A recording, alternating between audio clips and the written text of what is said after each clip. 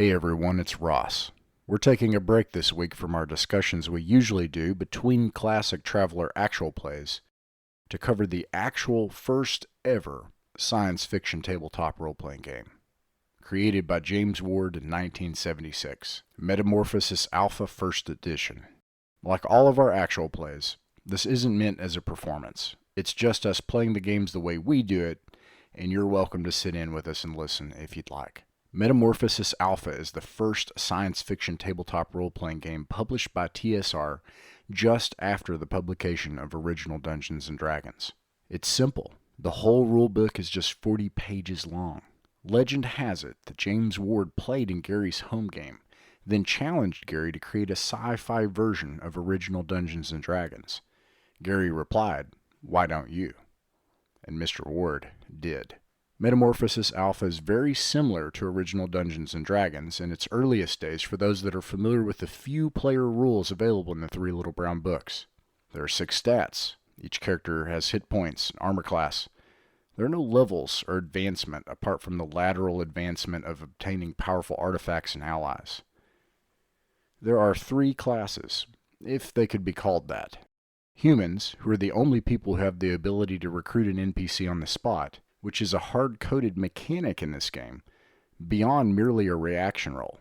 In the game, it's called trying to get a follower. Humans are also better with artifacts and technology, scattered about the ruins of the megaship.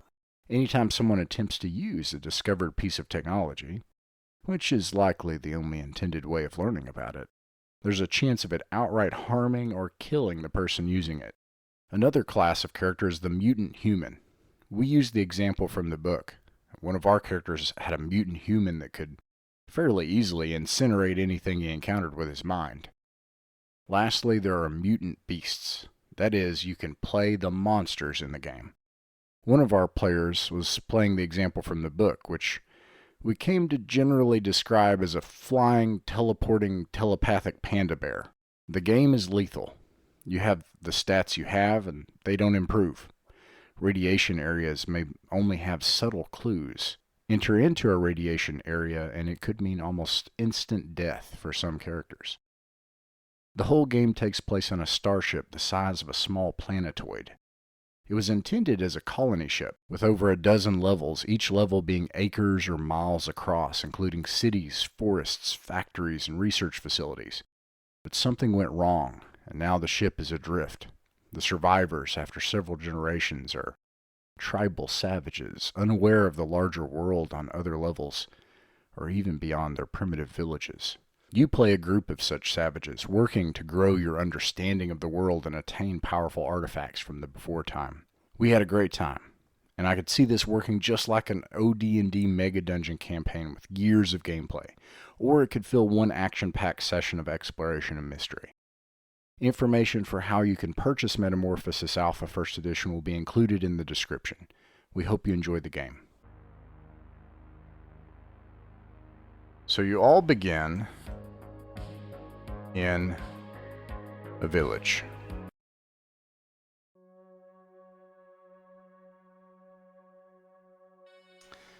Especially in the case of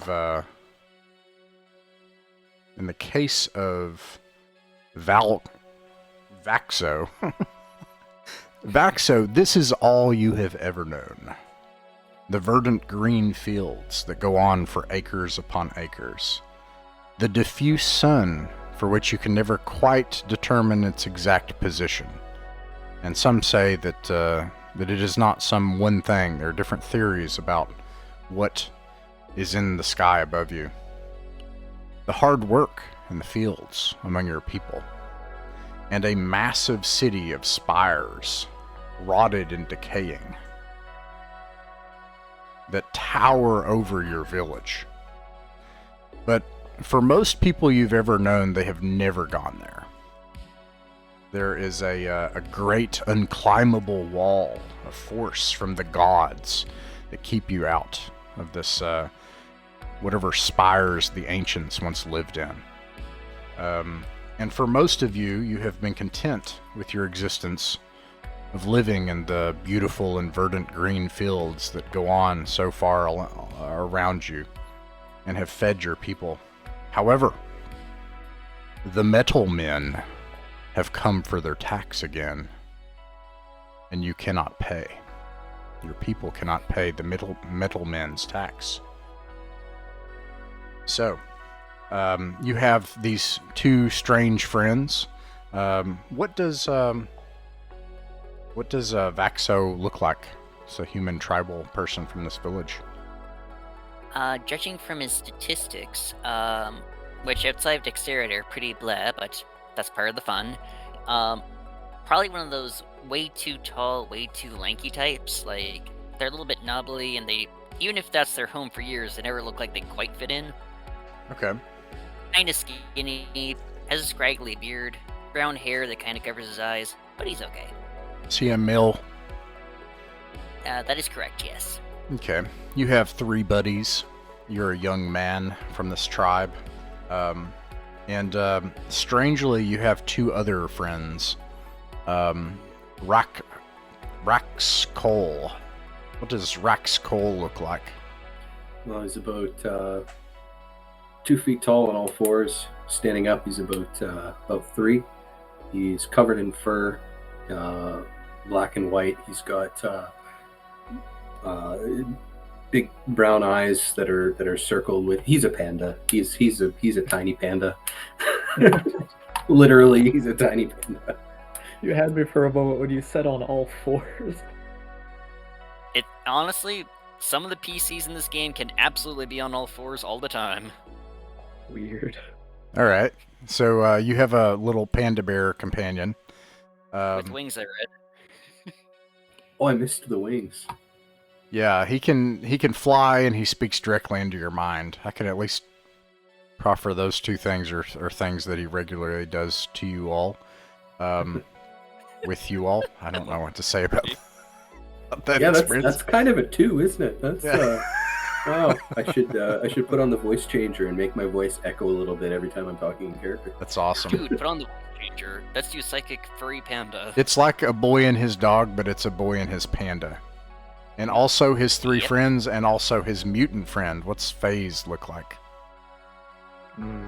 There's probably a lot more mutants who have their physical features worse off than Phase, but he's kind of stockily built. You know, he's wider than he looks like he ought to.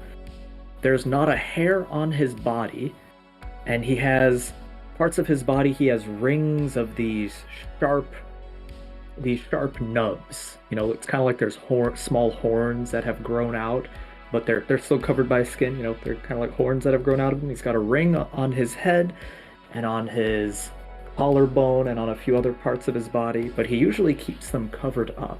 So, you know, it's kind of like he's got like a straw hat on, and when he takes it off, you see this bald head, completely no hair, and just a ring of nubs.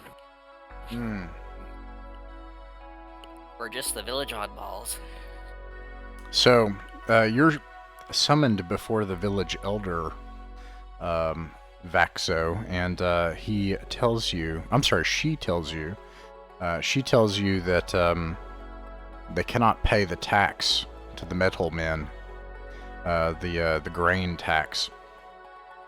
And so you have been selected along with other young people in the tribe, and she gives you a band to put on your wrist, and it has a segment on it that is just a square segment with a kind of iridescent, vague color, like kind of iridescent color. And she says to protect this, and she hands you also, and I don't know, you tell me, what does a protein disruptor look like? Barring that I wouldn't have the exact word for it, but it's pretty much not, because he asked us not to look at the book too much there while we're playing. My assumption is that it's a phaser pistol from Star Trek, except that rather than making you just disintegrate into nothing, it disrupts your proteins, if you catch my drift. So Nice. what's left, it's pretty much, has anyone seen the movie Heavy Metal, where the locked arm makes it melt? Yeah. That is a protein disruptor. All right. Yeah, you've never seen it used.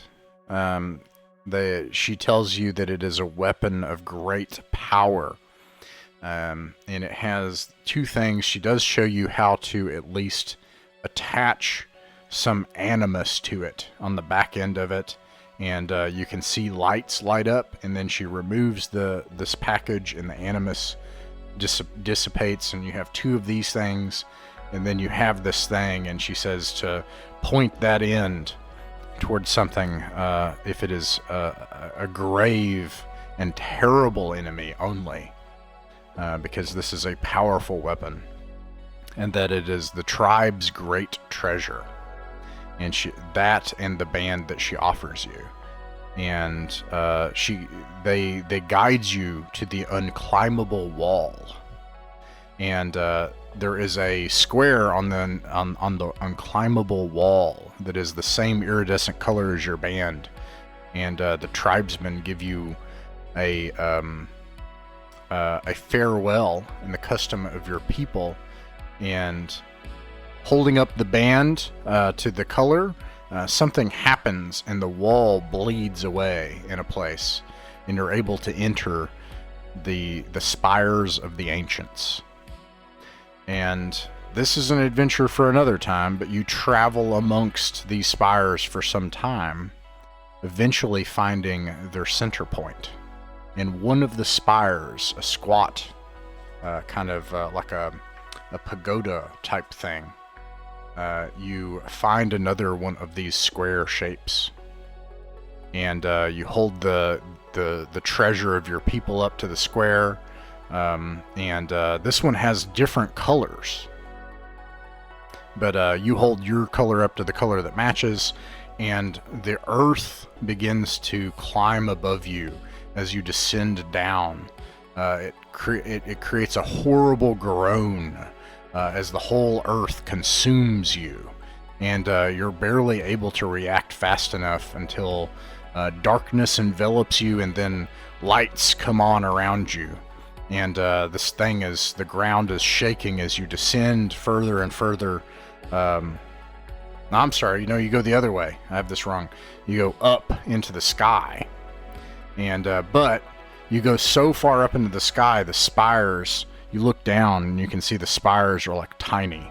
And you can see your village, and you can see all around the city are like dozens of other villages and places like yours. And you can see mountains off in the distance. And then finally, you go up into the sky until it's like darkness consumes you. And then you can feel it continue to go up and up into the darkness until finally you arise from another Earth. Place is huge. Incredible. I've never seen this part of the world. And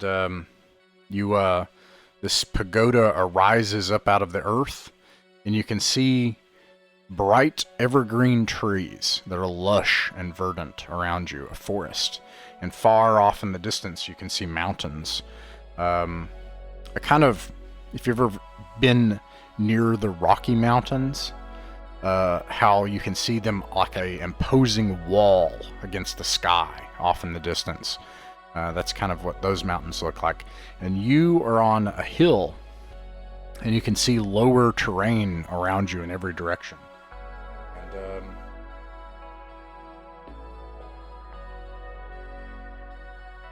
as soon as the pagoda stops, and it's quiet, you can hear the chittering of creatures in the forest. A spear rams into you right in front of you into the wall as something attacks you. I pull out my bow and pull it back. Who's there?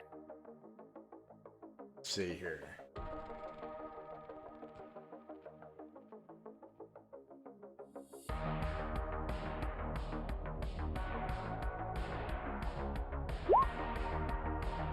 Oh, I need my 3D dice. I don't like that. Let me fix this.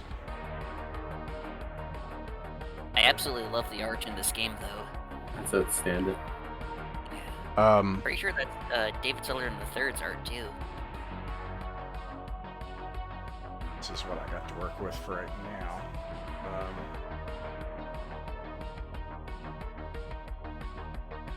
now. There are a bunch of canine-esque looking people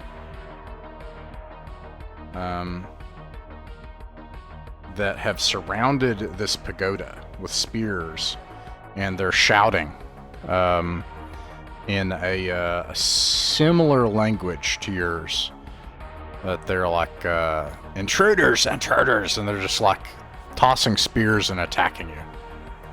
Alright, what do you all do? I suppose I should describe the area around you too.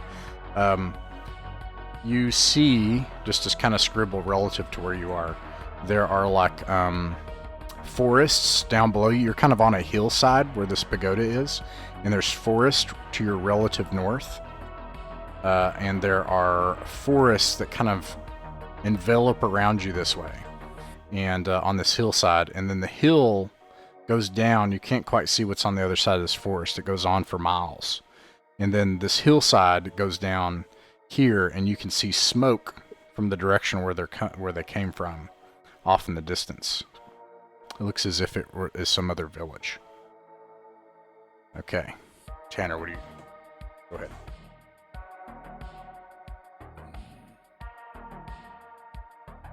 Would I've ever even seen something like this before? You've never seen anything like this before. These are, I mean, sure, you got two weird friends, but they're like the only weird friends you've got. What do you think? Do we fight our way out of here, or do we run and be intelligent for another day? They're throwing stuff at us. We should at least get to the tree line if we can reach it. Put some cover between us and them, then fight back. Smash their skulls. Good thinking. The village is counting on us. On the count of 3, everyone get behind. Get behind the nearest tree and start firing. Okay. Let's see. I've already. Let's see. I made myself notes here. Declare actions, weapons. Can't remember. Oh yeah, I remember, even though I didn't write it down. Come on, Ross. Come on, past Ross. Your initiative is fixed. And I have it here, actually. It's, let me write down, let's see, Vaxo. 15. So it's just based on their initiative and the first person able to act. So you guys run to the tree line. You do that. Great. Let me put this on the map. Whoops, I put everybody on the map. Whoops, come on. Okay.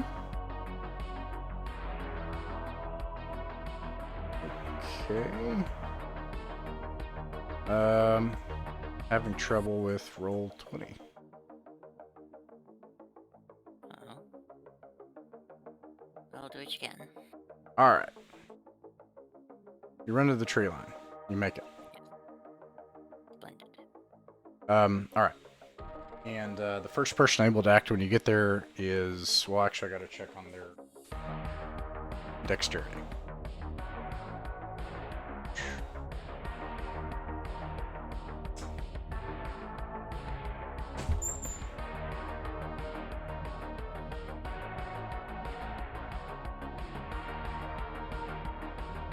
Got it. Okay.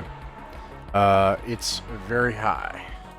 But Rock Skull, your dexterity is 17. So you're able to act first. Alright, he's I've got no ranged stuff. So he's gonna look for the biggest guy that stands out from amongst these people and say in his head, "Oh, I don't need to attack these people. I want to go home." Okay. Let's see here.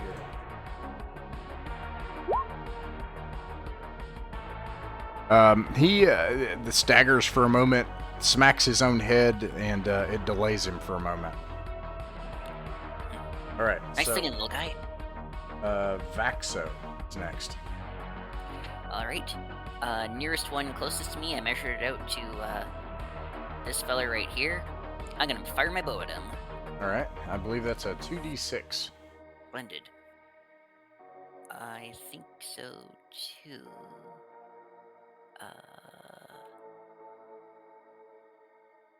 Although for some reason they didn't put the chart on here, but I think a bow is 2d6. Alright. Trying to find the... If we're wrong, we'll figure it out pretty soon. Oh, there you go.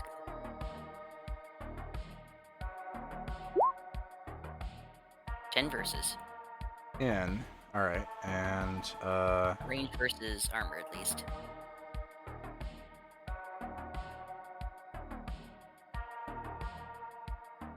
hit miss system for bows, and the judge can describe. Okay, so you are medium range, and you're using is it a longbow?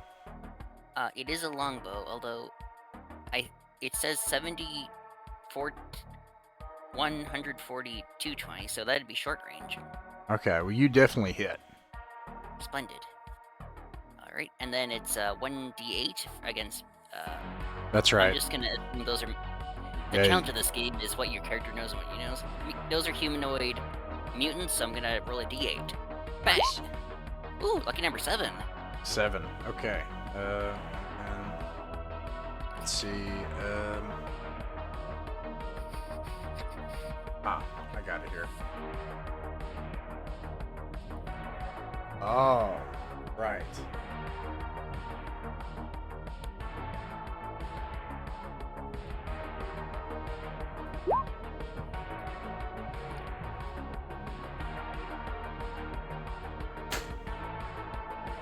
Okay, so you do 7 damage, and you pretty badly wound one of them.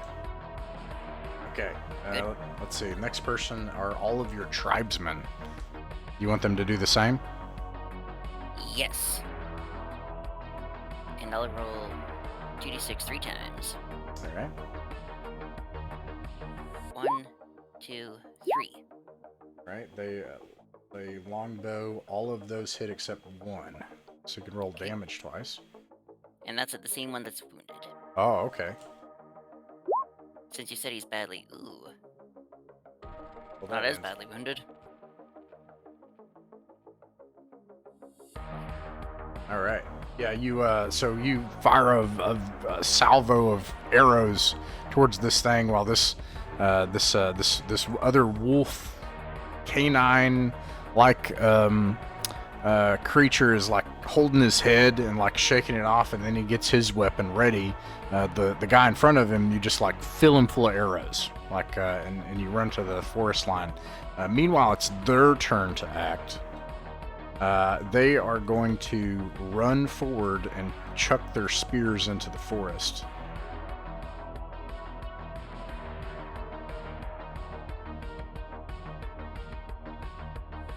And that is going to be a regular attack. And they're going to have a penalty because you're undercover. 2, 3, 4, 5.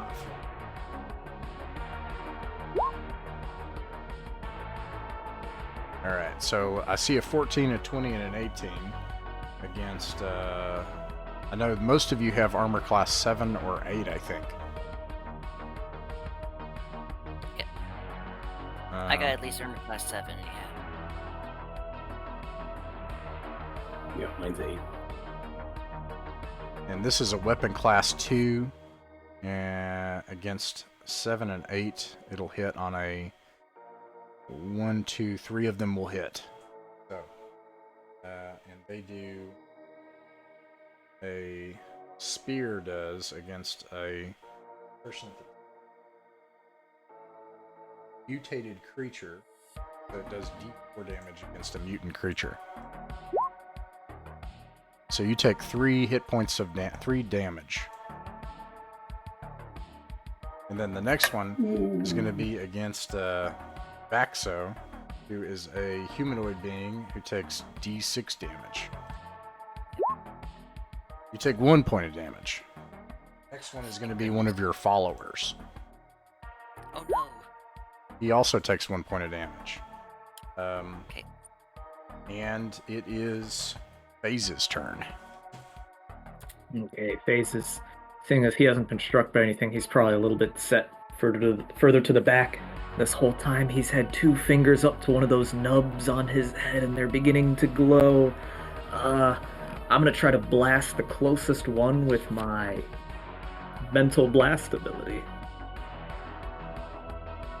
If I understand the way this works, I think I roll 2d6 and compare it So from my stat to theirs. my mental strength chart. I think so. If I understand / recall correctly, I don't think they either have a default or they don't have one, or it has to be listed. Mental strength chart. If they don't have a default, it says... If they don't have a statted default, it says it defaults to 3. Oh, nice. Yeah. Yeah, because I remember some it listed. Yeah, so they are a 3. Okay. And it is 2d6, or is it a d20? I couldn't... It must be a... It must be...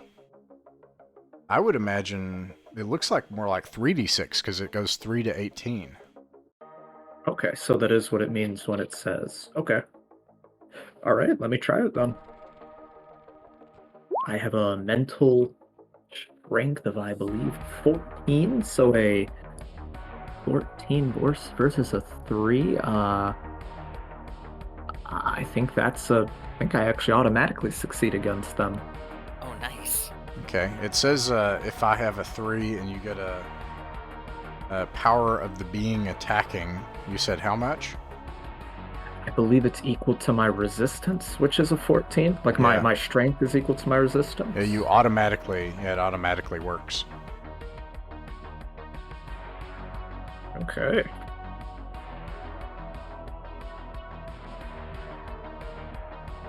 Beyond that, I'm actually not sure how to resolve this. I'm not sure how much damage do I do. It might be the 3d6. It mentions under mental resistance, I think. The joys of loose gaming. Make his head explode. Honestly, it might. It says this damage is worth 3 hit dice per melee turn of a successful attack, which means you can continue to melt them if you need to. Explode his brain. But 3 hit dice is 3d8, so 3d8, okay. You can annihilate these things with your mind. It's great. Which one were you targeting? The closest one to us. Hopefully the one that all the rest of its friends also see this happen to. Right. What does it look like when you just microwave this thing with your brain? FaZe begins screaming, ah! And his head glows, and then the other guy's head glows, and it pops like a It grape. just pops. I love the B sci-fi movie where you're like, before it happens. That's great. Okay. Makes a balloon noise. They're gonna do another morale check now. They fail and run off. Unless you chase them. Now they're running down the hill back to their tribe, back to their village. It's obvious that they're gonna alert their village of these horrible monsters that have ascended from the pits of hell from the earth. Well, they did speak our language, didn't they? We understood them. Yeah, they spoke a corrupted kind of weird version of what you speak, indeed. Do we know, this might be a question I'm not sure of, do we know any written language? Because if we would assume they know our written language, we could write a threat in the dirt. Oh. Yeah, sure. I'll say I'll say only the human knows how to do that. One of the fun things about this game is the humans can do all the human things, and then the mutants can blow people up with their minds. So it's pretty strongly delineated between those two things. True, but a great party will have a good mix of all of that, along with the occasional plant and robot they recruit. But I will write whatever our tribe's equivalent to "Don't follow the demons, we will beat you" is, and I'll motion to my buddies to loot what was ever on the wolf-like creatures to divvy up amongst the rest of us. Yeah. I can't remember the name of the language. There's a language they speak, and there's also currency they use. I don't have that. Rexgall looks over to FaZe. Could you always do that? When I was raised, my daddy told me not to use this except in the most extreme circumstances. Well, the whole thing was pretty extreme. Extreme, but I gotta This have sad panda bear Yep. floating in the air, talking into your mind. I'm sorry, I missed it. I was looking down at trying to figure out what the language is called. What else did you say that you all want to do, Tanner? Just congratulating our friend, saying it saved us in the nick of time, and I motioned to the 3 other regular humans to loot the corpses. Okay. There's an interesting feature here if you loot corpses. Let me see if it happens.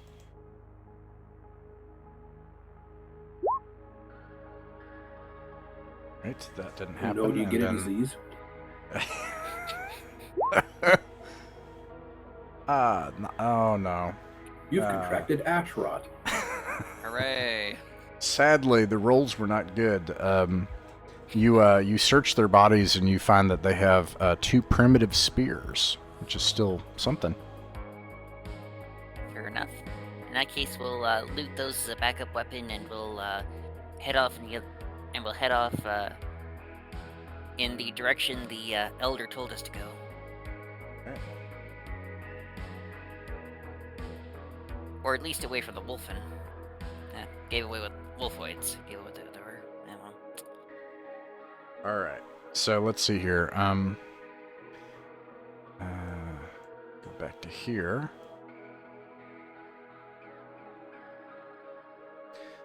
So let me describe. So you went away from the village, is that right? So you went into the woods? Mm-hmm. Okay.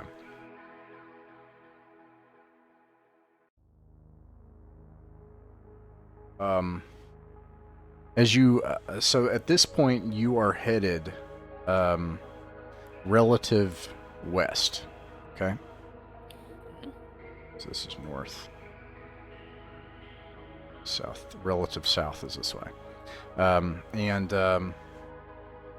You head this way, and the first thing that you see is actually, as you begin to descend down the hill, you can see different eddies and currents that are gathering here, and springs that are gathering together into a small pool and continuing down. A current that's continuing down. Now, from where you are here, the rest of this area is obscured by forests that go all around you like this. And in fact, the current is forested to either side from there as well. And of course, you do have the pagoda behind you, which is your way home, and the wolf village, the canine person village is behind that down the hill, and you're kind of up on top of the hill.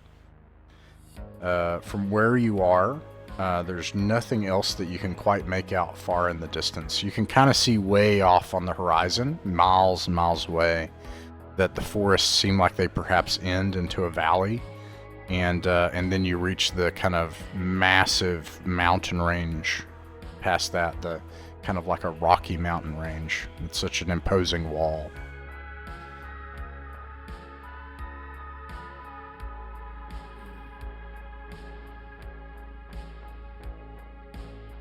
Well, following these currents would at least let us find any animals along the way. Perhaps it's a good way to follow? Indeed. We'll follow the river and see where that leads. Okay, so you're going to follow the current downhill into the forest. Okay.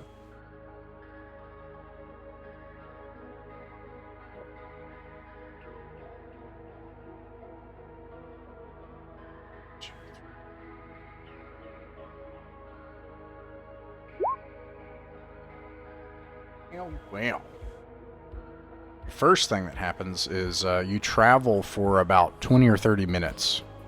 You have this beautiful kind of the whole sky is alit with a yellow luminescence all above you, kind of diffusing down into a white.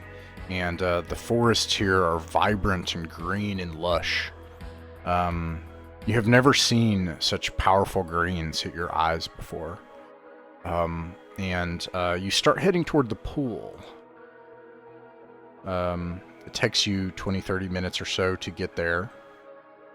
Got different currents leading into the pool and stuff. And then it continues down into the forest ahead. And make it about that far. And roll a d6, Tanner.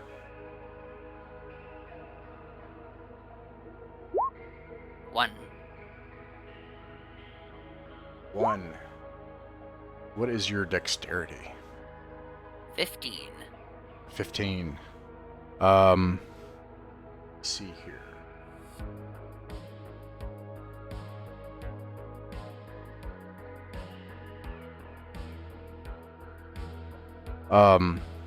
All of a sudden, you hear one of your companions choking.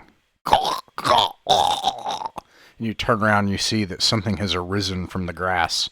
It's covered in grass and things. And let's see here. I'm gonna just put all your tokens down here to work with. It's got one of your friends. And you can see in like a long, it looks like a thing of like flexy kind of ducting kind of arm that ends in a metallic 3-prong claw. It's got him by the throat and choking him. It looks like, oh wait, no, I'm wrong. I'm sorry, I was wrong about the creature. But nonetheless, all of this is still true. It looks like a 4-legged, oh, come on, roll 20. Roll 27, trouble 2. Badger? Yeah, it kind of looks like a badger. Yeah, that's what you probably, I don't know if you've ever seen a badger down there, but yes, it looks like a cyborg badger that's like 80 pounds, but it's a cyborg badger, and it's got your friend in one of its claws, and it's hissing and also making metallic noises, and things are lighting up inside of its head. What do you do? I'm going to aim my bow and fire at that limb that is letting go of my friend, or I am going to. He's gonna pay with blood. All right, he gets a surprise round. Okay.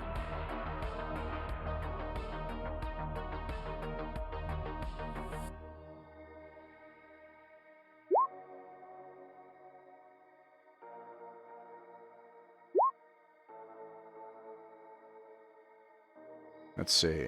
It's armor class 7, hits, damage 7. Second one is a second 2. It fails. Class 1 weapon. Takes 7 damage. How many hit points do you have? Like human 1. Currently he's got 20 left. 20 left. All right. Yeah, he loses 7 points of damage as this claw starts like crushing his throat. And now you are all in initiative. And let's see this guy.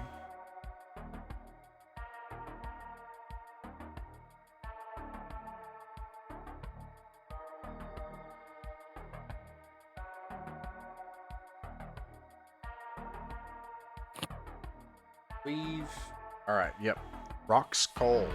You can act first. He's going to pick up a big rock and fly over this robot's head, and he's going to drop it when he can. What's your strength? 18. 18. You pick up a really big rock. It's going to be a 2d6 rock. Let's see if you can hit. It'll be a regular 2d20. I mean 1d20.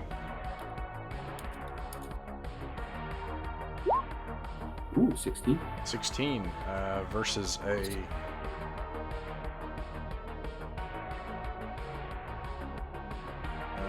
hit or miss chart. 16.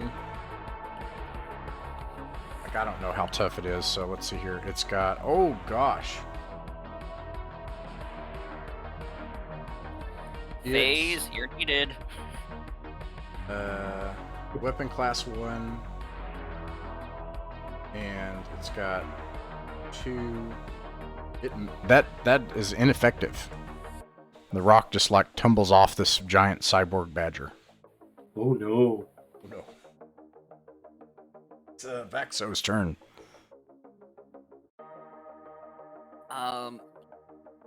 I'm going to motion to the other non-mutant humans, to me, men, and we're gonna run over and we're gonna try and grab onto the hand and force it to let him go.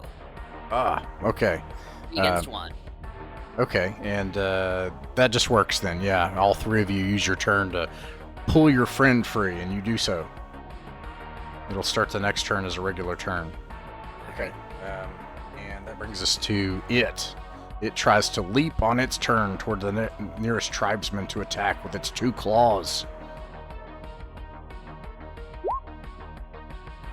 Oh. Oh. Okay, hits armor class 1, hits armor class 6. I think both of those hit for 13 damage. And this is not the same guy. This is a second of your tribesmen. 13 I damage. put that down, tribesman 3. All right, and then we're back to Phase. Well, gee, I'm really not certain if my mutation would work on it, but I definitely gonna have to try to do it. Alrighty. Yeah, it does the same thing as last time. Grips his head, starts to scream as he pulls his power together. Does it? What's your mental power again? I believe it's 14. 14. All right. Yeah, 14. Chuck your dice. Okay. Seems that I can still damage this metal beast. Good. Damage it I shall. Oh, hello. You do so, rolling quite high. You needed to get an 8. And you got it.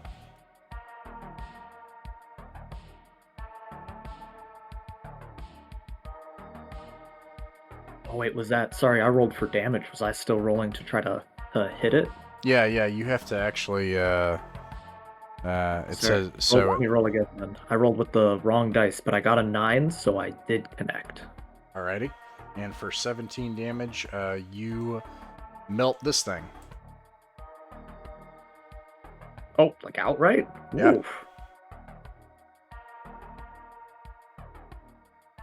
You see this Mental thing's head melt blast. off. Mental blast is coming in clutch already. My goodness. Yeah, my interpretation of this is you can do that, but no one will follow you. You have basically you can't do the human things. So you basically like need a human, but like having you around is pretty awesome. Yeah, I don't know. That's my Excellent job. I'll go over to my injured crewmen. How are you two holding up? They're bleeding. One of them, their throat, there's like blood coming out of their neck, and another one has been sliced in the arm. They're both the vibrant, bright red blood stains the pretty grass around you. I'll quickly look around for any leaves that can be used for binding. I'll have them wash off their wounds in the river and just patch them as best as we can. All right. Am I missing? That was pretty metal. You should keep doing that. There should be another human, yeah. You should get that bird over there. Yeah, that bird. Oh no! Oh no! Do you do that? Oh yeah, I'll blast a bird nearby. Phase is excited to finally be showing this off to his friends. Just like an anthill. This would be the real reason nobody follows humanoid mutants. Yeah, this pretty much sums it up, I think. You hear a bird screech, and then it goes, "No, I love you, Susan," and then like its head explodes. Well, you now do it to Susan. Look what you made me do! You can make him talk too. I'm pretty sure you made yourself do it there, bud. Alrighty, so let's see. So you're gonna continue following the stream? Yes, once we're done patching up man 1 and 3, Okay. then we continue forward.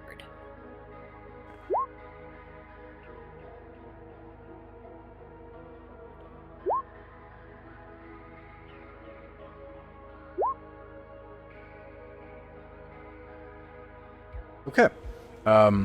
You travel along the stream. It looks beautiful and pristine and perfectly clean. The water looks like you could bathe in it, drink it. It looks perfectly pure.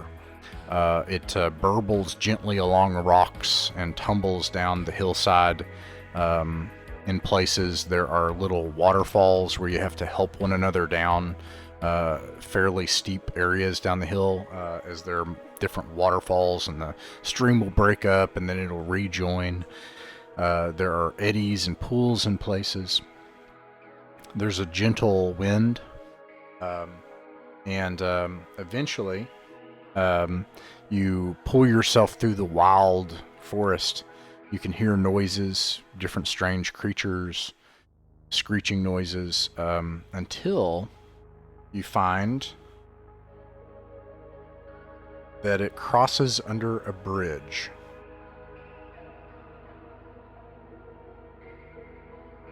Wonder if there's a troll under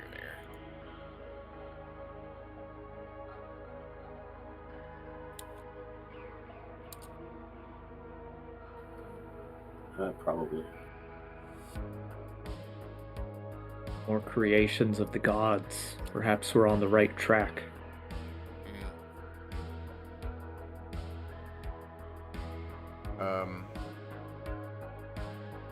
Let's see.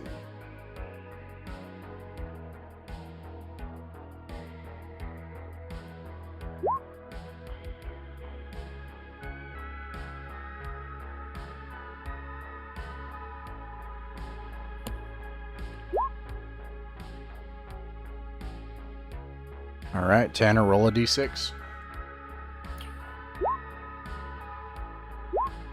4. 4. Okay.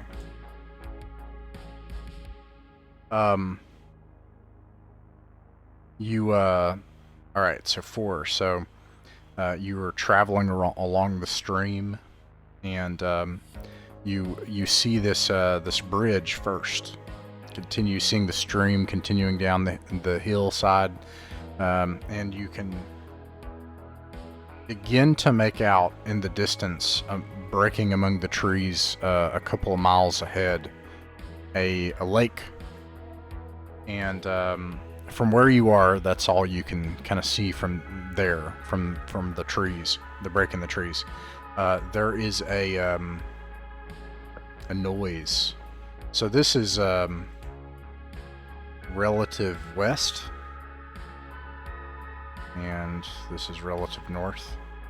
So this is relative south, and kind of to the south, by southeast a little bit. You hear noises, and you hear branches breaking. What do you do? We almost got capped twice, so I think we should just bust our humps and go over that bridge. Gonna try to like run and get away from whatever is breaking through the brush. Mm-hmm. Okay, you do that. You run ahead along the stream, and you duck under the bridge and continue on. If anyone looks back, they can see over the trees more smoke. There's some settlement or campfire or something having made smoke just there to the southeast, where the rustling noises and the breaking of branches was. But they don't seem to pursue, and you continue on. And the next thing that you come to is the lake. You have traveled now for about an hour and a half or so.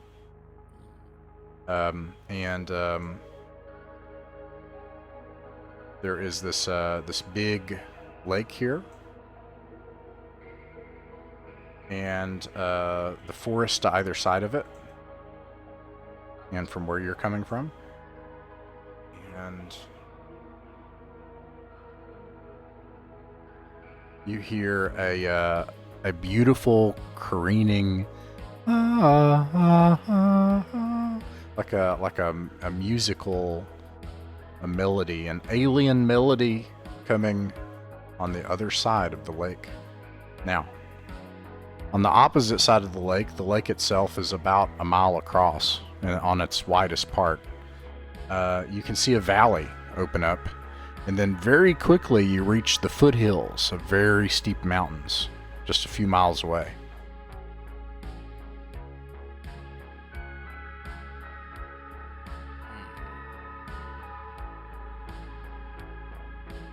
Rockskull, would you scout ahead to see what's making that noise?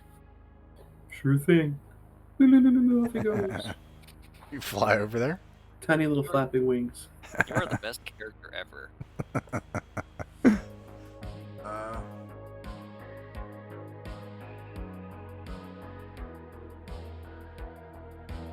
He also tries to explode a bird with his mind just to check. Okay. Oh wait, no, you can't do that. You got He's me. just like, oh. Well, describe how you fly. Do you like fly up to get to altitude, or do you just like go directly, kind of point in space from where you are to the other side of the lake? Like, how do you do that? This is weirdly relevant to whether or not you can explode someone with your mind, but more on that later. All right. He's got tiny little dragon wings, and he just kind of like hangs from them. So he's going to go straight up until he's got like a good altitude, and then just kind of like meander forward. Almost like when he's flying, it's almost like if he had, you get like a hang on, let me think. Like hanging on to some scissors, something with some weight. Yeah. So the top stays, his wings stay stationary, and he just kind of bottles around. gets high to altitude, and then moves towards to try to get like a sight on the area. All right. Roll 3d6 to get under your strength. Nailed it. Nice. Okay. Yeah, you manage, there's a gentle breeze. You manage, though, to maintain your relative position as you ascend straight up.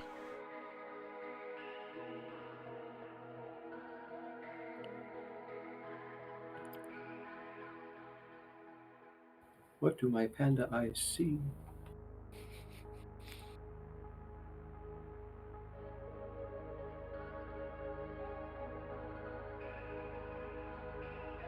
As you start to ascend up and you're floating, I'll describe, I'll probably need to go to another page to kind of, because you're kind of like reconning stuff by doing this, so you will be able to see more.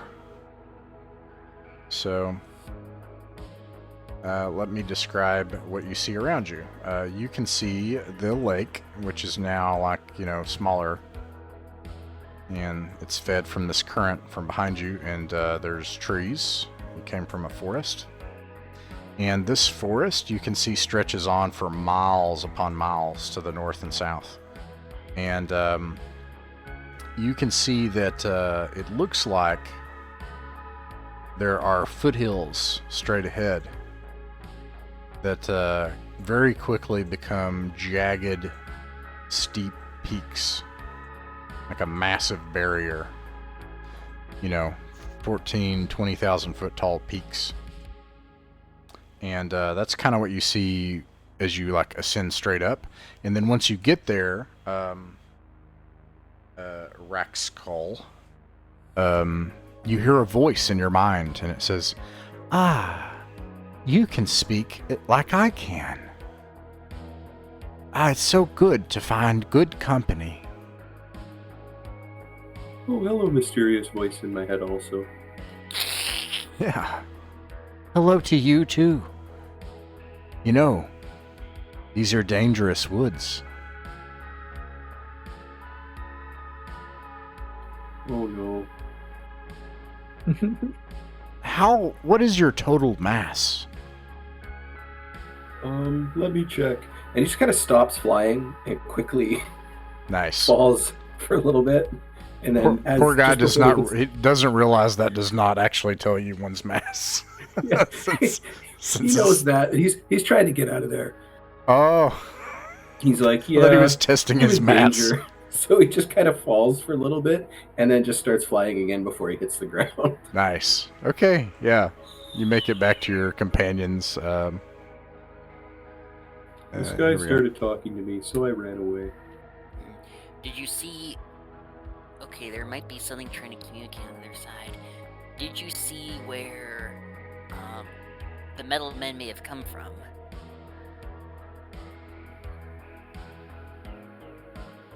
Did I see that? No, you didn't see anything like that. No.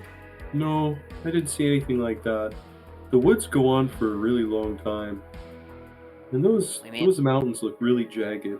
I think we're gonna have a hard time getting through them. We might have gone through the wrong way. Oh no. Alright, since we've been going out to the west, we might have to start going to the northeast instead. All right, yeah. What do you all think? Which way do you go from here? Well, if we're thinking of going to the northeast, we could get lost while we're going along the way that we are.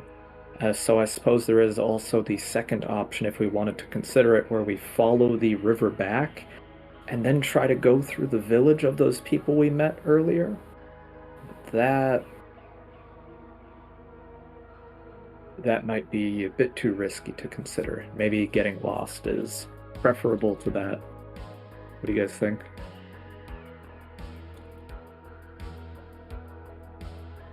Yeah. Now, which way do you turn from here? Do you turn to the right from the lake, or the left, or back the way you came, or straight ahead, circumventing the lake, or straight through it?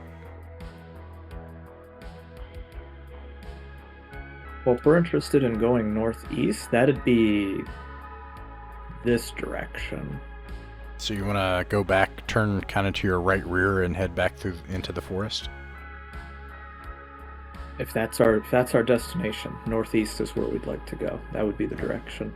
The goal is, of course, to find treasures and things to help your village pay the tax. That's although you may find new goals as you go, but one thing we could do also is go back to that bridge we saw earlier, because it was a structure that seemed to extend in either direction. Maybe if we follow that, we'll find the ruins, more structures of the gods. But these are just some thoughts I have. It's up to you where we want to go, Tanner. I think we'll follow your path at least. alrighty. So you head into the wilderness to your right rear.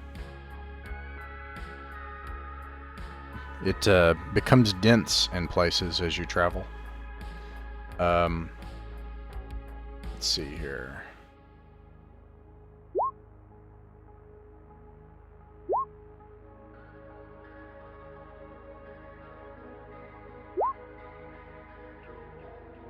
And then, Tanner, roll 3d6 to get under your intelligence, please. This is to try not to get lost. Or if you do get lost, it'll determine how you get lost. My mental resistance is sadly 8, so it's not very good. And so... Yeah, 13.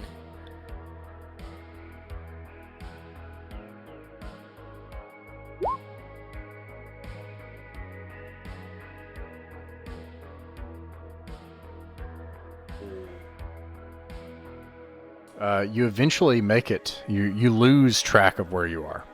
So you're not sure where relative north and south are now. And eventually you come out of the woodline in a place. And there just seems to be an open plain ahead of you for some ways. But there are a few things that you see here. First of all, there is the foothills that you can see just a couple miles away, and the jagged, imposing peaks just beyond that. Massive mountains. But on one of those foothills, you see a steel building sitting atop one of the hills. Brothers, look upon there. And then you notice, one of your companions makes a gasp. You turn towards your companion, Voxo. Turn toward your human companion, okay? Tribesman 1. And he's gasped, and he's holding his hand up to his face. And he wipes it, and his nose is bleeding. And you look around, and you notice just here at the break, there's something wrong with the trees here. Define wrong. Leafless, dying. And let's see.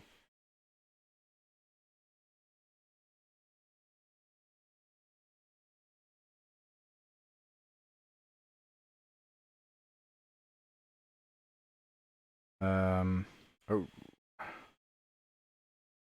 What is your radiation resistance level, Rock Skull? It is.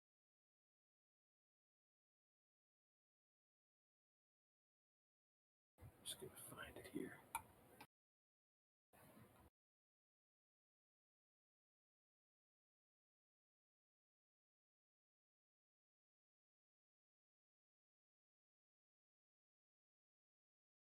It's one of your stats.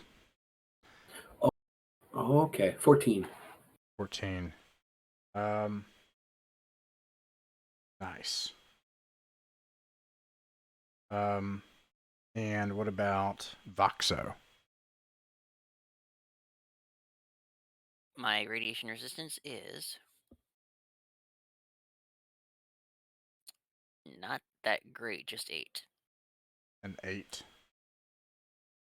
Okay, I'll get back to you in a second. What about Phase? Phases is 13. 13. So Phase and Rock Skull, you look at the tribesman who sees the blood on his hands, and then the tribesmen all look at each other, and then one of them, blood starts coming out of his tear duct, and then they start to shake. All of the humans do.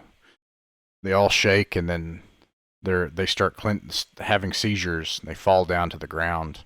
And I'm not kidding when I say every human is dead. I know you're not kidding. It's that kind of game. So, no, I didn't do it. we need to get away from here. Let's get out of here. We'll be Rolling taken music next. test now. I'm gonna try to pull at least 2 Oh, it's much better. Tanner's Okay. body, and then whoever else I can grab. Try to get them away from here. All right, yeah, you grab Voxo and one of the other tribesmen, start pulling them into the forest. And you do that, and you all return into the forest. And the sounds of the forest are serene, as if nothing is wrong. And yes, Tanner, you can roll a new character. Doing so now. Oh man, radiation. That's nuts. I wouldn't have. Wow. That hit us out of nowhere. When they say this game is deadly, they mean it is deadly. Unreal. So- one thing I think, go ahead. one thing I was going to add is that I think we must have gone lost to the northwest. the direction we ended up at. Just throwing that out there as a thought, guys. Ugh. Maybe we should check out that steel structure, though. We can cross... Once we have Tanner's new character with us, if we can cross the region to reach that steel building, perhaps at a place where those foreboding cursed trees are not. It must be the cursed trees striking our companions down. It stole their souls. I've got an idea. I'm gonna fly up a bit and see if I can't get a view of like if the grass and everything around the steel building is dead, or if it's just this one little patch. Okay, you take the time to kind of fly around it. Take about 20 minutes to do this, and you do see signs of increased heat and plant death in the valley. Yeah. So it's coming from that building then? It does seem as if there's, so scribbling time, it seems like there is a, so you got the foothills, and at the foothill there's a steel building, and if you spend about 20 minutes like checking around, you'll find evidence of like death and, you know, dead animals and stuff all around the building. And then like the break in the tree line you came from is just right here. So yeah, it does seem like that. Well, it looks like it's coming from that building. Some terrible magic there. That must be where the souls of our friends ended up. Oh, no. dang. I suppose we need to be avoiding this altogether then. Jeez. Let's get out of here. What do Alright. we do with them now? Well, Also- these soulless carcasses. I don't think they're any use to us. Though the woods will retake them. Now we're going to have to take about 30 minutes to discuss the burial customs of our village. And while you do that, he can roll up my armors and weapons, because I rolled up another pure strain human. If you're a pure strain human, then you can take just the same thing. You got a longbow and a spear and leather armor. Alright. So while you guys are burying the soulless corpses, along comes a much healthier looking human, full beard, much taller. Looks like you've come to some hard luck there, friends. From the same No. tribe, I'll add. All the Oh, adventurers nice. will Oh, come good. from. Yeah. Well, we're glad to see you. There's a What terrible happened to it? cursed building over there that I guess we got too close. Then we'll make sure not to go there again. Which way were you headed? I was sent to find the metal city of the metal men, or to find tools to stop them. My name is Drat Oskrav. Well, Drot, neither of us are very well-minded individuals, so Oh, perhaps it's okay. I'm not either. Well, if you will lead us we will follow. We will save our tribe together. Then it shall be done. I assume you take the band, the color band, and the And the protein Oh, disruptor. yeah. disruptor. There's no good reason we thinking.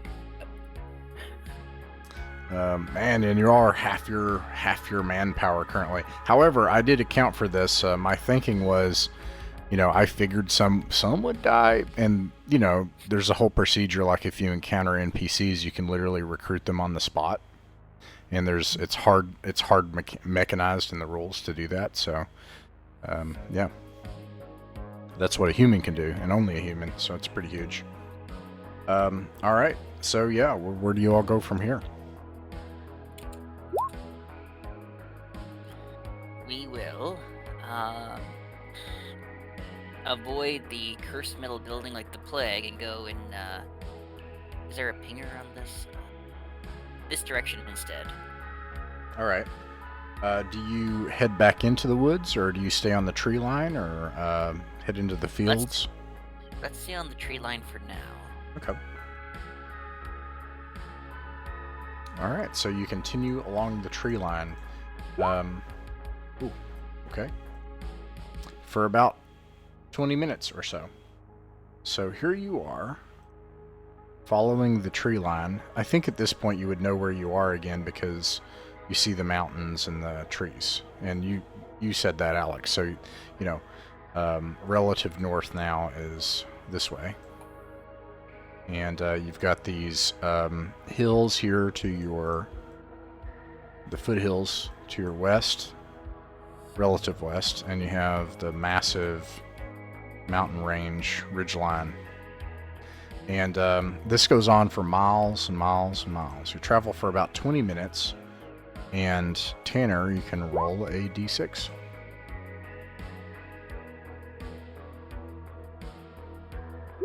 Three.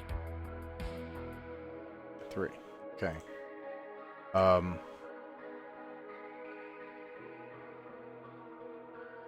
Let's see here.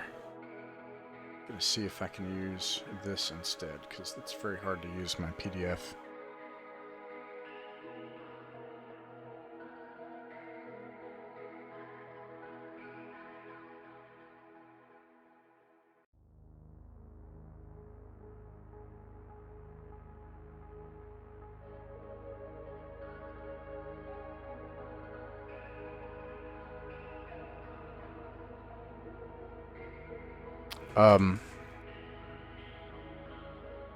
So you hear a whisper from the bushes nearby.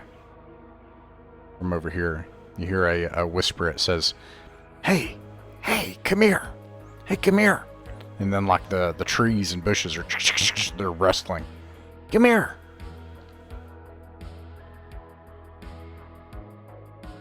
One of those birds made noises earlier. Spoke like one of us when I smashed it. They're back for revenge. And who's speaking? Bush. That's Bush. fair. Yeah, Bush. I mean, my friends call me Bushy. Well, nice to meet you, Bushy, but why should we come over here? Well, because I didn't want to come out. He comes out of the bushes. And it's this huge thing. Now, I'm going to show you the artwork, but then there's a few things about it. About Bushy. You know how, like, Edward Scissorhands has scissor hands? Like, imagine a fern bush that's like that, but just, like, covered in razors. That the top part of the spine is plants, and then there's just, like, the plant edge is like razor, like blades, and it's just like covered in scissor hands, but it's a bush, and it's like that. Yeah. And it comes out and it's like, like this, and you can see on its vines in multiple places that let me replace your character's name. What's your character's name again now, Tanner? Drat Olskav. Drat Alskav. Okay, so, you have your color band with the iridescent band. You can see like 3 of them on this thing with different colors. I won't look them up, but they're like basic colors, like green or something. I can't remember off the top of my head. A green and a brown and one other one. And he's like, "Hey, what are you guys doing here?" We're exploring for treasures, ways that we can defeat the metal men who plague our village. What are you doing out here? Wow, that's what I'm doing here. The metal men, are plaguing your kind as well. No, I just like killing them.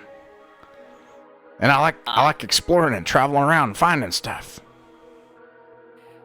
You What must kind be of a great stuff have you hero and seen? warrior, then. What kind of stuff have you seen around here recently? I haven't been in this this world yet. This world? Yeah, I've checked out like 2 or 3 other worlds. There's more? We're in How another many world? There. Yeah. And then there's the in-between worlds, too. In between worlds. What's there? Everything floats there. Everything's shiny. This guy's blowing my mind. I don't know whether to believe this plant, but you seem friendly Well, enough. Would you show us where the nearest ancient treasures may be? And would you join us in our quest to defeat the Metal Men? And here is where you can do your human ability. What's it called? It's called trying to get a follower on page 11. So you make a D100 check for mutated being follower. Okay. And there's usually a very small chance, but there's a chance. This guy's friendly. That'll be so cool. Yeah. What a so, knife tree friend. so now I'm not gonna roll the die properly, and Nah, Alright, come on, so you got my- this. You got this. your ship potential is not showing up. I'll give you. Let me add, because you guys were nice to him. I will give you a bonus 10 because he also sees that you have. I'll give you a bonus 15 because he sees that you have a relic and you were friendly. Splendid. Okay, so my base chance is. It doesn't actually mention plants, but It's for mutated being, is what I'm gonna say. okay. So there's a 10% chance. And I'll check it to. We got good odds. We got good odds here. Oh man, probably not even close. Yeah, even the very best one is only 25%. It's hard, but then you could also have this thing falling around, so that seems fair. Okay, so he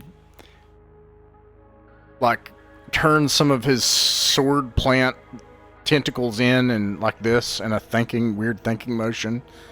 Nah, I think you guys are probably going to end up dead. Best of luck. And then he shudders off into the woods.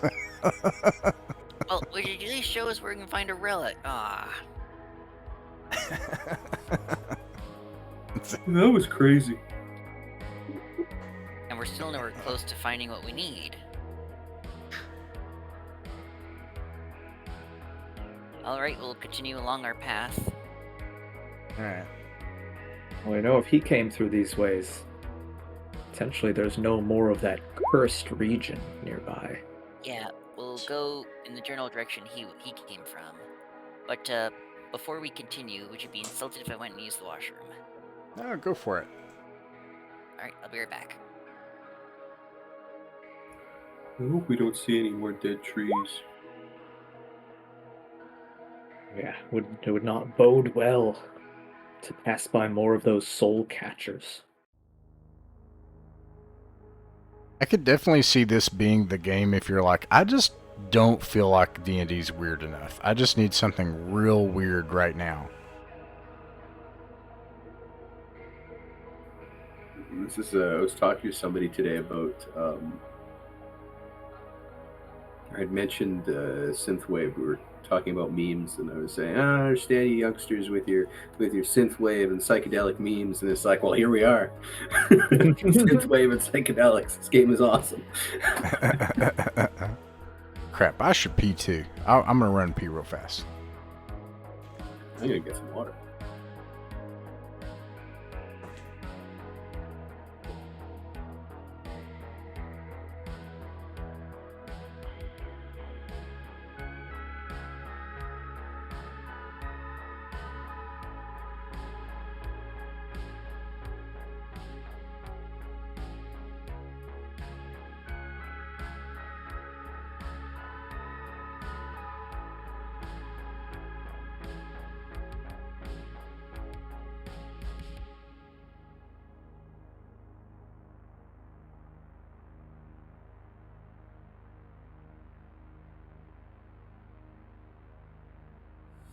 Thank you for your patience.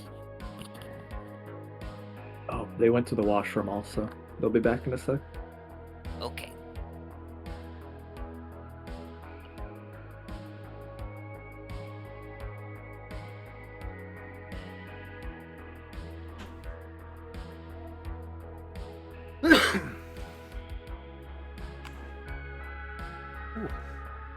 Alright, I'm back.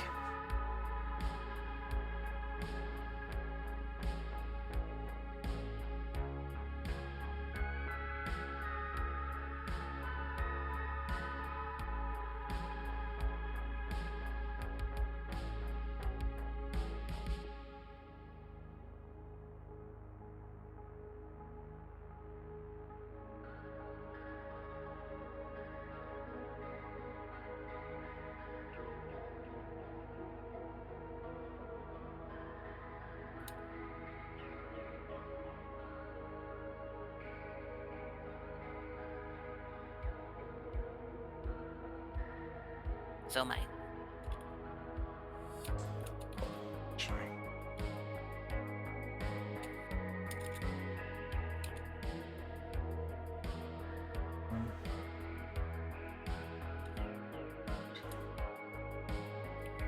Wow. Everything all right? Yeah, no. Okay. Yeah, we'll just wait till Steve comes back and we'll get going. On your journey north into whatever this world is. Okay. Welcome back. Roll a d6, Tanner. All right. D6, D6.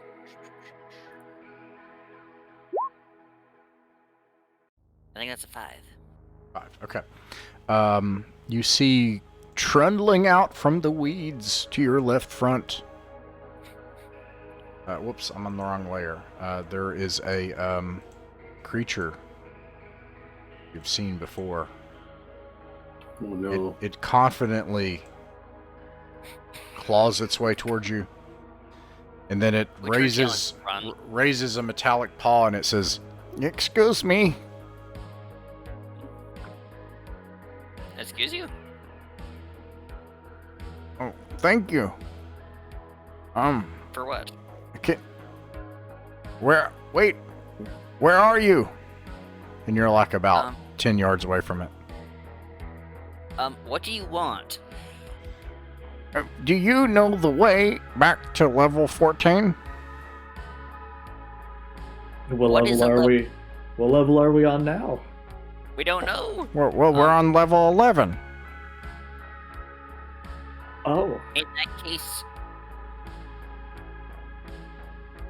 I'll point to the direction that from the pagoda.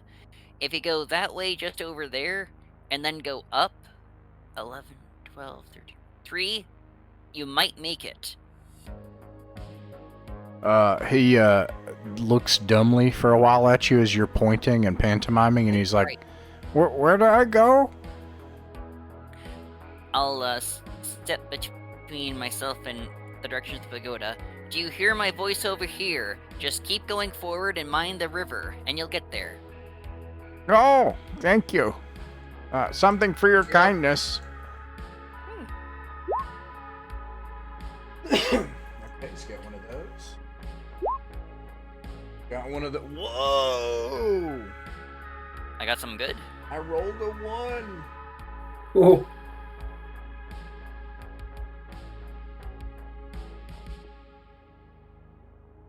Okay.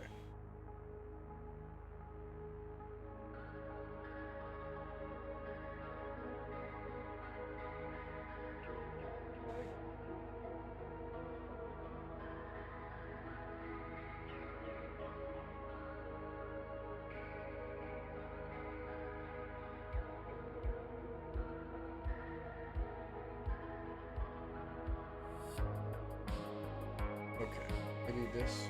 Okay, here we go. First of all, he gives you a brown color band. Oh, is this different from the one we got? It is. And second of all, I think it's brown. Let me make sure here. Yeah, it's brown. And then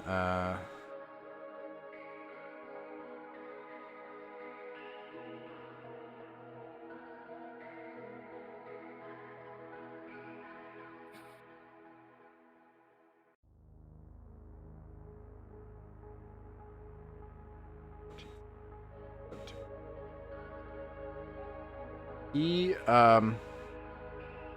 gives you a case from his back and puts it down on the ground, and he waddles off past you. And he looks both ways, and you're not exactly sure if he actually got your directions correct, but he goes off into the distance. You know, with everything we've learned in the last 10 minutes, I'm having a bit of an existential crisis. Like what, dear friend? Well, first I was in a bubble, and now there's like multiple worlds, and worlds in between them, and levels. It was just easier in the bubble. Keep a straight face. It's just- Truly, our tribe's childhood has come to an end. Yeah, the metal case is not locked. Alright, we open it up. All right, you open it up, and it has a marking upon it. An arcane sigil, a warning. It looks like the sigil within is in bright colors, and it's like a triangle, and it's got what looks like a potion with 3 bubbles, Oh no. and then it says warning.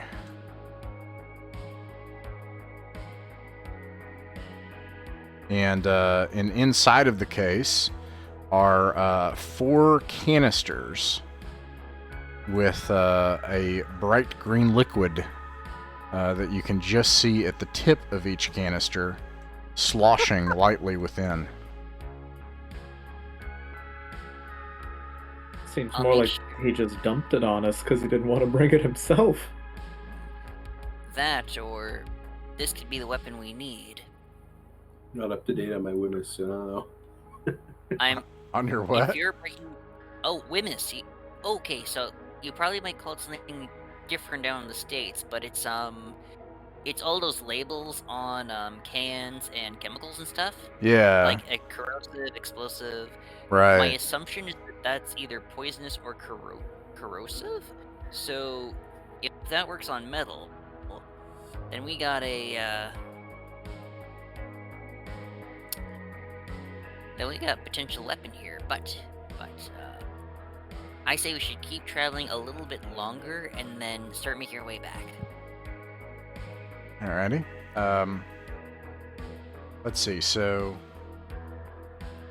continue on.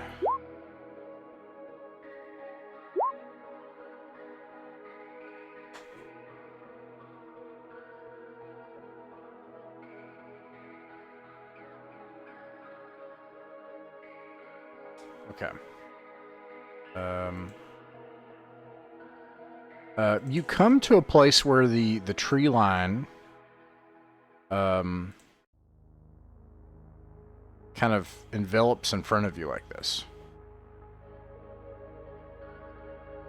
It's where you'd either need to go into the forest or you would need to circumnavigate it by several miles.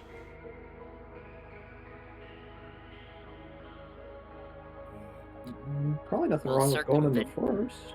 Oh, you want to circumnavigate it? If you think we should go through the forest, then we'll go through the forest. I don't think anything too different from what we've encountered so far would occur in the forest. It's kind of my thought. Let's just go straight through.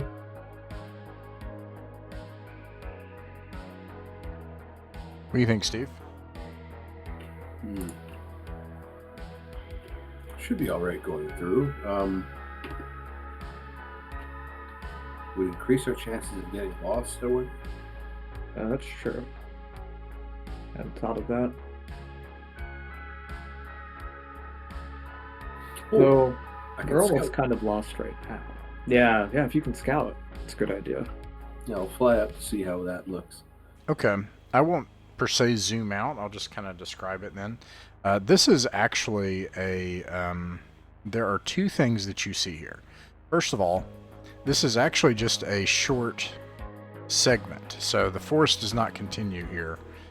This is actually accurate. It only goes for about a half mile, and then the valley continues on, kind of like this. Okay. from where you can see, the valley opens up after that, or you can follow the forest off to the right.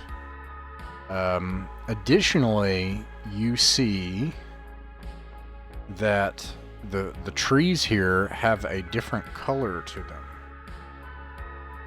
Straight ahead. Trying to find that color. A different what? Oh, a different color. Yeah. Okay. They have a color that looks like there are black and purple spots along the leaves and in the roots of the trees. And there are these bulbs of things hanging from the trees in places. And that's in the area ahead of us?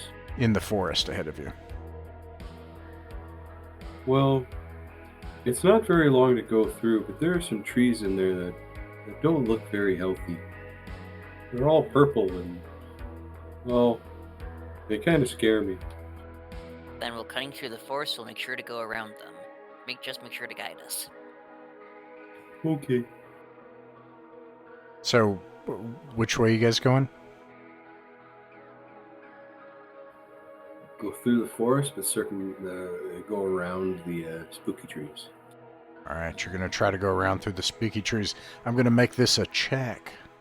A 3d6 for Rock Shoal to get under mental resistance. Is it 3d4? 3d6.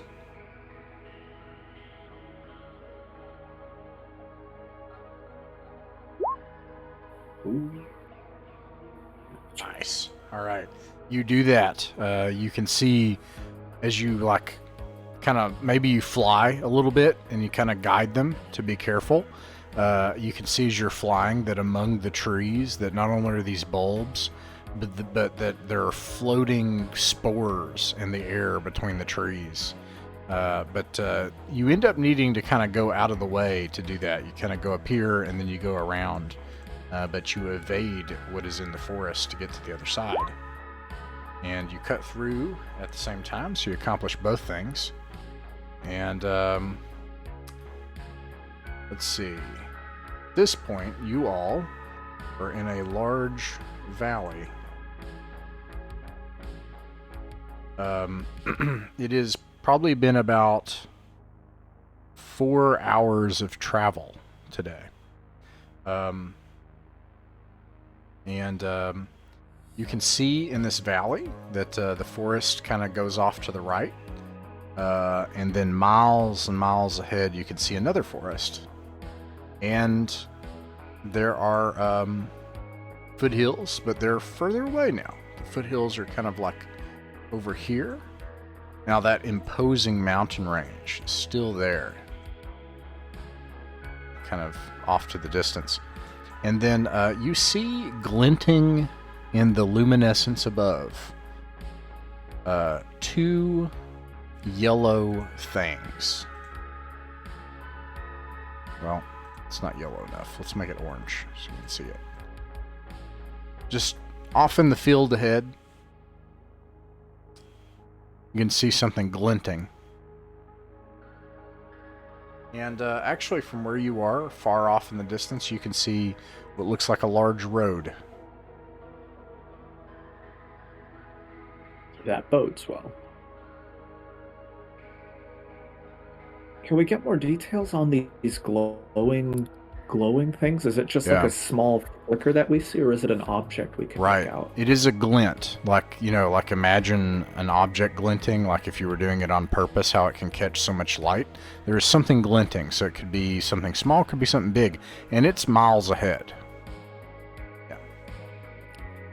Rascal, do your thing. Up I go. All right, you do that. Let's see here. And as you get closer, it takes you about 30 minutes to get there and get back. So now we're about 5-6 hours into the day. you get closer to it, and you look down, and you can see. I don't know how to describe this, but perhaps your people would think of it as the materials of the spires of the ancients. Your non-far future mutant mind would know that these look like high-tech shields that are laying, two of them next to each other, just laying in the field. Okay. Teleportation.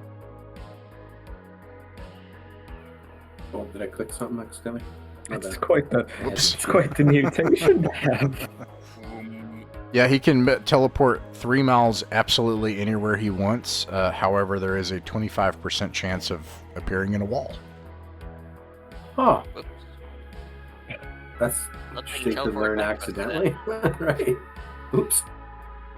Incredible! When could you do that? Today I learned. All right, I'll go back and describe these things to them. All right. What do you guys think? If they're shields, then they'll be invaluable against the metal men. We should definitely bring them down and carry them with us.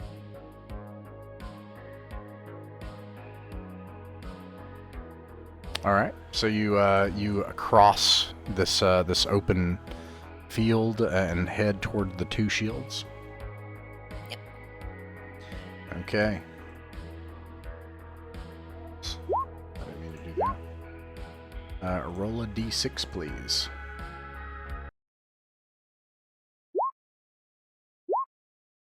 One. Okay. Let's see here.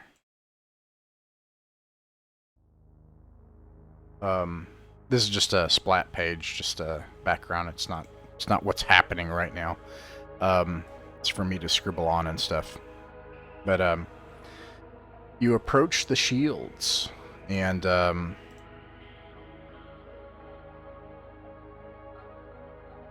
soon as you do, they go vertical as if they're literal hatches. And in fact, you can see that they're covering two metal vertical like a sewer, down into the ground. And a bunch of people hop out of them around you. Greetings, friends. And they're like, "Don't come closer! Don't come closer!" And they hold up crossbows and bows and spears and shields.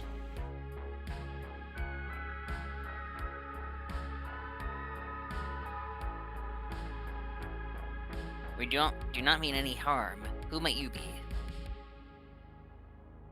Krukra tribe. Rukra tribe. And these are humans-ish. They have their skin looks shiny, almost as if there's like a saran wrap cover across their entire body, or like a second membrane. And they have 4 arms, and otherwise they are mostly humanish. We don't mean you any trouble. We're just looking for treasures that we can use to defeat the metal men down below. They look at each other. No treasure. No treasure. Go. Do you know where there might be some?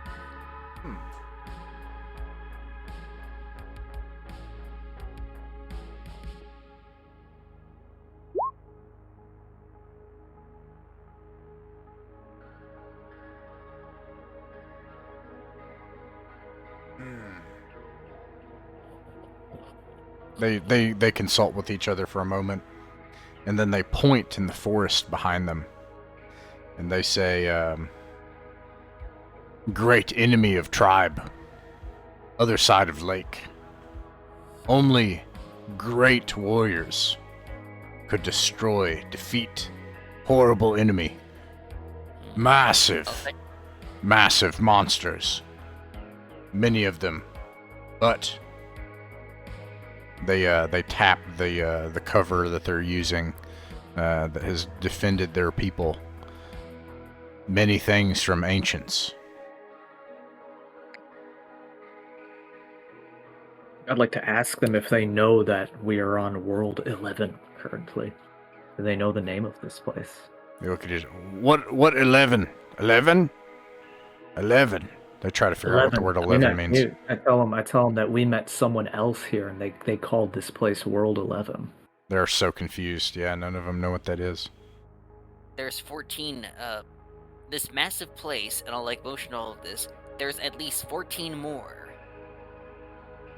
They just look at each other confused. And then they're like,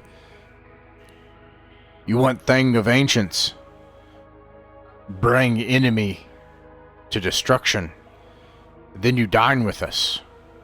Bring us proof of your victory. I will nod, and I'll get out my protein disruptor at last. Yes, it will kill you. Can they describe to us any closer what this great beast is? Yeah, they start to pantomime. Like one of them walks around like that. One of them gets on another one's shoulders and holds them up, and then they put a fur on them, and then they put furs on their arms, and they're like, and pantomime it. Alright, something big and hairy. This seems to be a low mental resistance tribe, but Yeah, not a lot of friction in there. Alright, in that case, with the deal struck, I will sit down and try to figure out how the protein disruptor works. Actually, yeah, she told the past character, but not me. Yeah. Well, I'm going to save that roll for the moment. Uh-oh. Yeah, we'll see what happens. Okay. Oh no. You travel through the woods and you find the lake. And on the other side of the lake is the smoke. And you can see on the other side, just like where the smoke is, that there is in fact a village of little huts and such things. And there are these big creatures. They look like this. They tower probably 6-7 feet tall, 2 legs, covered in fur. They look extremely strong. And yet live in little huts. Yeah, and they live in little huts. Wow, that's a lot. That's a lot more than those people suggested to us. There's probably 24 of them, you think? I'm actually gonna put away the protein disruptor, and I'll turn to Raxkull and say, are these cousins of yours? You might be able to communicate with them. I don't know. Let's see. Did they notice us, or? Not yet. Oh. Should I try? Might as well. Okay. I'm thinking if there's more of them here, and those dunderheads have the tech, then I think it might be better to saddle up with these fellas. All right. He looks for one that's close. He goes, excuse me. It looks around. He'll kind of fly, not too close, but he'll fly his way over there. All right, you fly over there, and then he looks up. Finally, one of them whoa, what are you? I'm, actually, I don't really know what I am. I kind of look like you, though, so I thought I'd say hi. Oh. Well, okay. You seem friendly enough. Do you want some food? I would love some food.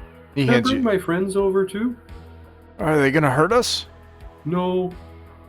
All They're right. pretty friendly. Well, we're keeping an eye on you, though. That's understandable. I just kind of showed up. All right. You bring everybody over to the village, and some of them gather around. They do have weapons. crossbows and bows and spears and things. And they say, who are you? From what village do you come? Well, that's the thing. We're from the village of, and I'll say what the village name is. However, it's not nearby in the sense that you'd think. I don't know what you mean. Speak plainly. Alright. We've come from another world. Well, let's build up to that first, bud. I'll make a circle in the dirt and say, the mountains and the trees and the rivers here. This is all that you know, yes? Some of us are elders. They had traveled many leagues off into the distance. It is said that some of them even traveled the mountains and climbed them. And here's why.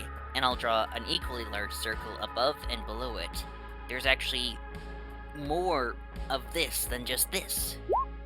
And we're from the one below ya. They shake their heads. This is a crazy person. We shouldn't have let them in our village. Listen, I can't believe this. They look like one of those things, except it looks like they tore 2 of their arms off. Funny you should mention them. We had a little bit of a run-in with them recently too. I was wondering if you might want some help taking care of them. They do cause a lot of trouble for us hunting. And, as we passed by, they asked us to take care of you. Made you out to be horrible monsters. One of them folds their arms. And what do you intend to do? I think if they're giving you trouble hunting, and they're giving trouble us on our mission, perhaps we may make an alliance. I see. What do you suggest? I suggest that we'll knock at their door and with big quotations here, proof that we defeated you, and as they step out to go, oh, that's really neat, you and your men will hop down and attack.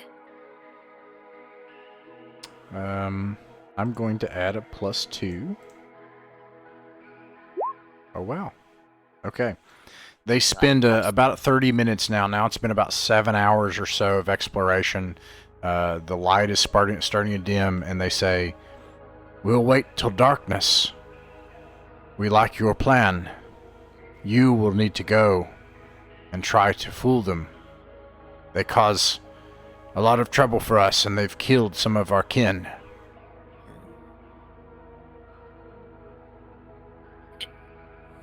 Yes. When it goes dark, we'll go to the openings.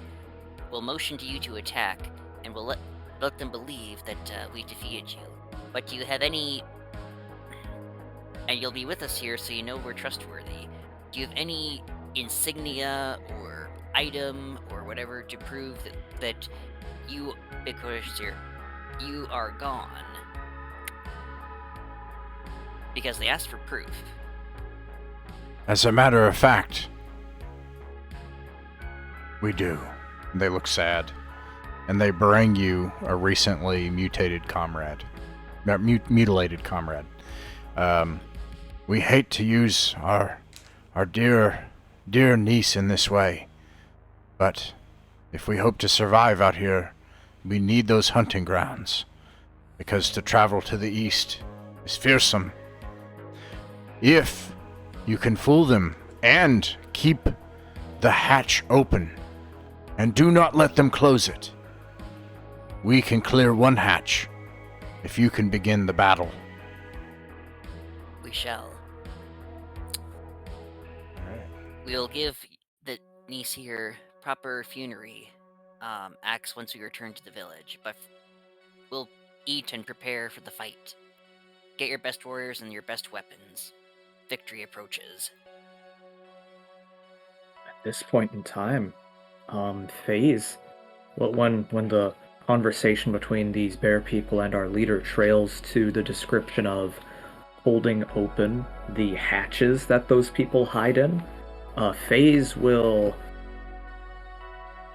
reveal another of his mental mutation powers that he has not yet used. And that is? he describes the ability to make an invisible wall of energy that disallows any reversal through it. I can create a force field in front of me that things cannot go through. I could use this to both hold open at least one of those hatches and prevent them from attacking us. That's so cool. All right. Incredible. So you return back. You have the mutilated body. They open the hatches. Some of them come out. They point their weapons at you. And they say, "You have done well. We can trade if you wish." And they motion toward one of the hatches. Yes. Come closer and we shall make the trade. And I will very gently tap Phase on his flank to prepare his power, and it looks like I'm beckoning them over, but I'm signaling to the bearmen to get ready to pounce. All right. Phase needs to be very close to the hatch, so Phase will, as naturally as possible, get beside it. Okay, you do that, and you hold open the hatch, and 3 of the bearmen rush forward like a football maneuver, knocking several of them out of the way, and one comes up with some big long tube, and then jams it down in there, and goes, and then you see like this bright light, and then this gout of horrible flame come out of this tube, and you just hear screaming as everybody inside of this place is incinerated. Right. And Whoa! apart from that, we'll see if everybody else is surprised. They are not. So initiative. Back at the top, Rax Call. You can act first. All right, he's gonna go back to his rock dropping business. You're Try gonna to go find a clobber big rock. the Okay. yeah, clobber the leader. Let's see here.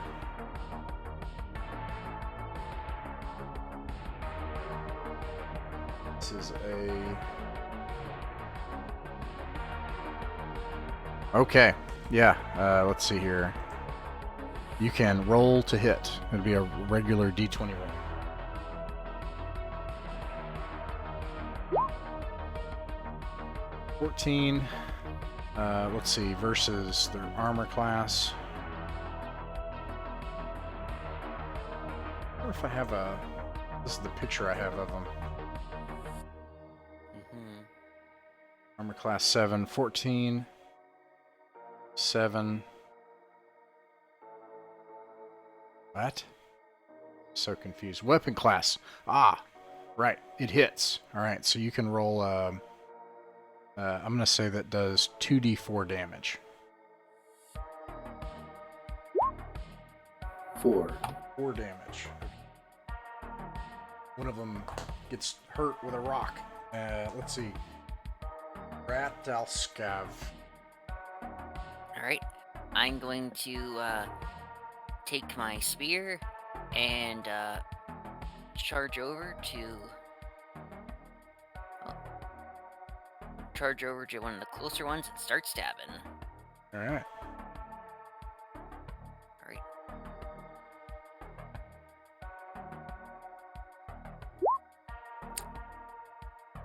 Seven probably does not hit its AC. Let's see. 7. Let's see. Weapon class 2, for what it's worth. Weapon class 2. It just barely misses, in fact. Chunks. Yeah. Alright, let's see. Tribesmen are dead. That makes it their turn. They are going to attack in kind. A 13, let's see. This is a type 1 weapon, I think. Does that hit armor class 5? Do you have a 7? For armor class? I'm sorry, for Tanner? I've got the hide armor still, so that's still an armor class of. Let me go over to the table. I think it's 7. That is correct. Yeah. So 7 would be 13 hits, yeah. 'Cause it'll hit 5. Okay, so a spear does D6 to humanoids. You take 1 damage. All right, and then let's see. Other ones peel off and start doing battle with the bear people.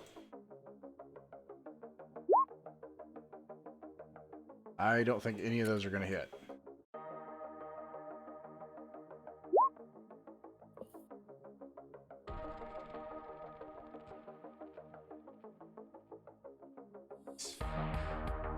I'm going to attack these other bear people. And 2 of them are going to hit. But they do mutated creatures 4 damage. So they barely do any damage to these bear people. Having lost half of the tribe already, they are going to make a morale check. And they fail miserably. If you allow them to, they are going to flee off into the wilderness.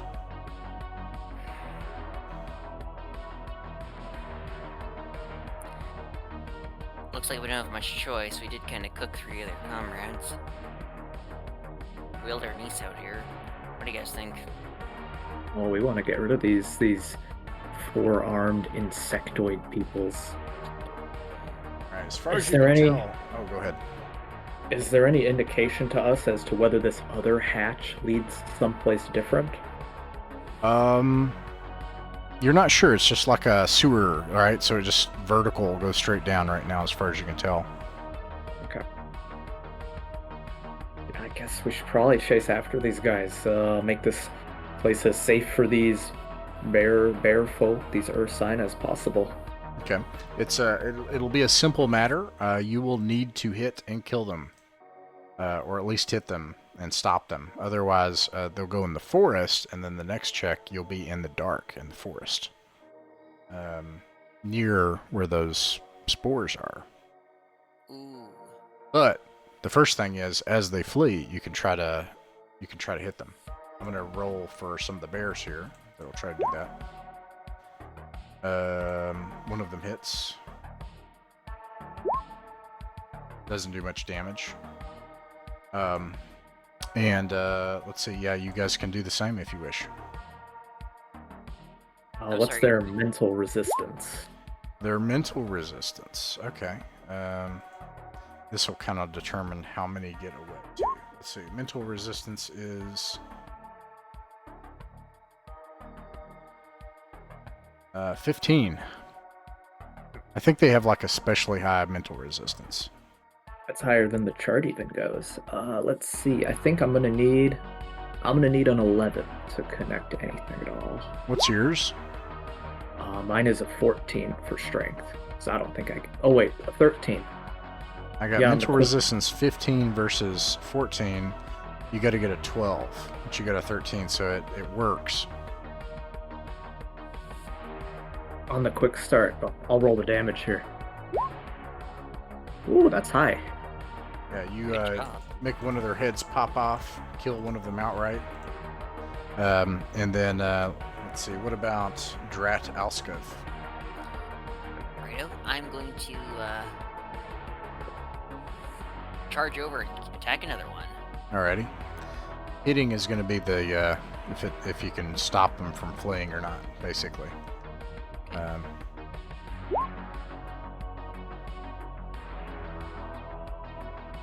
Trying to understand Spear. I'm Okay, that's funny. 'cause That's it's like, awesome. "Oh, that's how this works." That's fantastic. 8 still misses. You are indeed trying to figure out what the spear does. Oh boy, this Actually, I think that might hit. Let's see. Their armor has class, you rolled an 8. Also, do you have any bonus to your strength? Let's take a look. Sees. My strength is just 9. It'd be nice if I had a bonus, Oh, but okay. that's for con and radiation resistance. Okay, so let's see. They have an armor class 7. You rolled an 8. This is a weapon class 2. 2. You hit. Splendid. Alright, that does his d6 against humanoids. For Pete's sake, just 1 damage. It's okay. You keep him from fleeing. This is the whole point of this. All right. I rolled for 3 barrelweights. I got 2, 3, 4, 5. But before that, Rock's Call. Alright, I drop another one on a noggin, and I rolled a nat 20, and I got 5 damage. Nice. All right, and then the last one, 1, 2, 3, 4. Just need one hit, or else someone's going to get away. And they get a nat 20, so you manage to cripple them long enough for these bear people to get amongst them and start ripping them to shreds, tearing their many arms off, beating them to death with their own arms. And if you go down and you check the hole, you'll find that they essentially live in a rat hole. There's nothing much going down there. They have nothing of value or interest to you in that place, except the bear people. They rip off the hatches to these metal tubes that go down into the earth, and they hand you 2 Durasteel shields. Nice. And they say, "You are always welcome in our village." And you also, on level 11, have a sanctuary that you can go to. And with that, you return back through the pagoda, back into the earth, through the sky, into the spires of the ancients, and return home with treasures, with 2 Durasteel shields, a color band, and a mysterious container with an ominous arcane symbol and a warning. And so you make it back alive with some treasures, and that is where we'll end the adventure for the night. Mythic Mountains RPG is a private online play club that focuses on folk RPGs. Folk RPGs are the games that belong to all of us.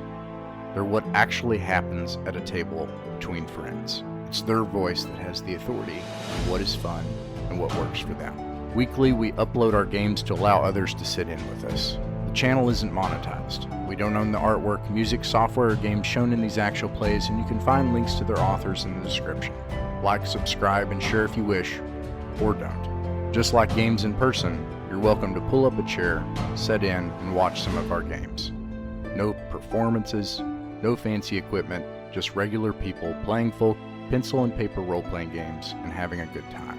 We hope these games will prove a source of enjoyment to anyone just wanting to listen in, anyone looking for examples of how actual groups run and play folk RPGs, and most importantly, if you haven't found your group yet, you're welcome here at ours.